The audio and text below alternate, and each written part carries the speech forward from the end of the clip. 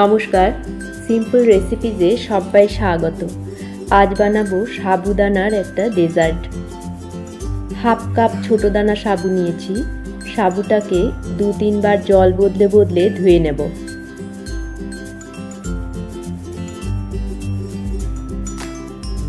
ধোয়া হয়ে গেছে। এবারে একটা পাত্রে ফুটন্ত জলে এই সাবুটাকে দিয়ে দেব।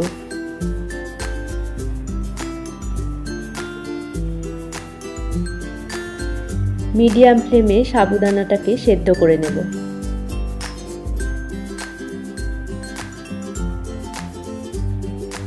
এক table spoon orange food colour দিয়ে দিলাম। মিশিয়ে নেব। সাবুদানা যখন ট্রান্সপারেন্ট হয়ে আসবে সেই সময় গ্যাসটা অফ করে দেব।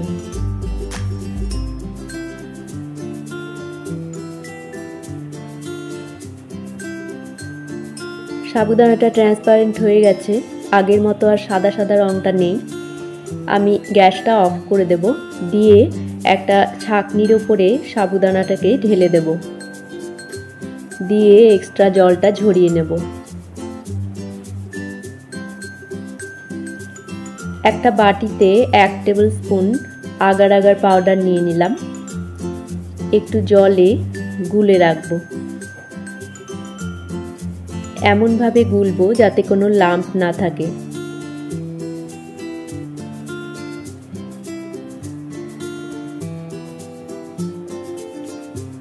কড়াইতে দিয়ে দিলাম 2.5 কাপ দুধ। টোন্ড মিল্ক নিয়েছি আমি এখানে। 2.5 কাপ মানে 500 ml। দুধটাকে মিনিট 5 সময় ধরে ফুটিয়ে নেব।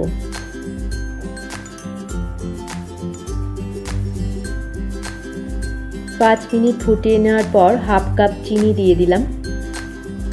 চিনিটাকে মেল্ট করে নেব।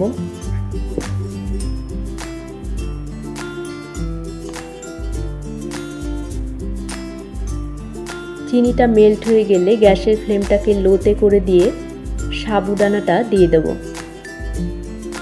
মিশিয়ে নেব।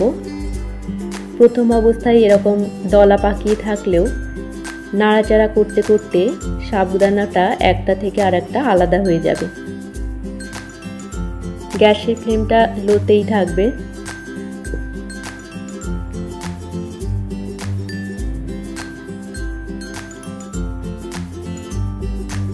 সাবুদানাটা একটা থেকে আরেকটা ছেড়ে গেছে। আগার আগার পাউডারের যে মিশ্রণটা ছিল ওটা দিয়ে দেব আরো একবার গুলে নিয়ে।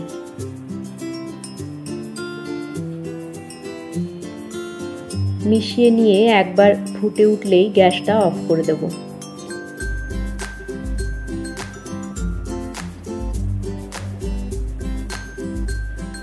একটা স্টিলের বাটি নিয়েছি। এই দুধ সাবুর মিশ্রণটা এই বাটিতে ঢেলে দিলাম।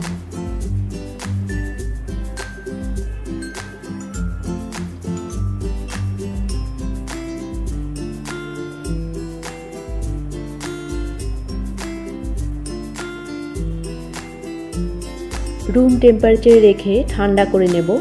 ঠান্ডা হয়ে গেলে ফ্রিজে দিয়ে দেব। ফ্রিজ থেকে বের করে নিয়েছি। সেট হয়ে গেছে আমাদের এই সাবুদানার ডেজার্ট। হাত দিয়ে চেপে চেপে সাইডগুলো ছাড়িয়ে নিলাম।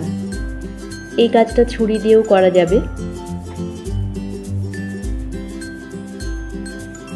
বাটিটার উপরে একটা প্লেট বসিয়ে দেব। প্লেটটাকে উল্টে দিয়ে ডেজার্টটাকে বের করে নেব।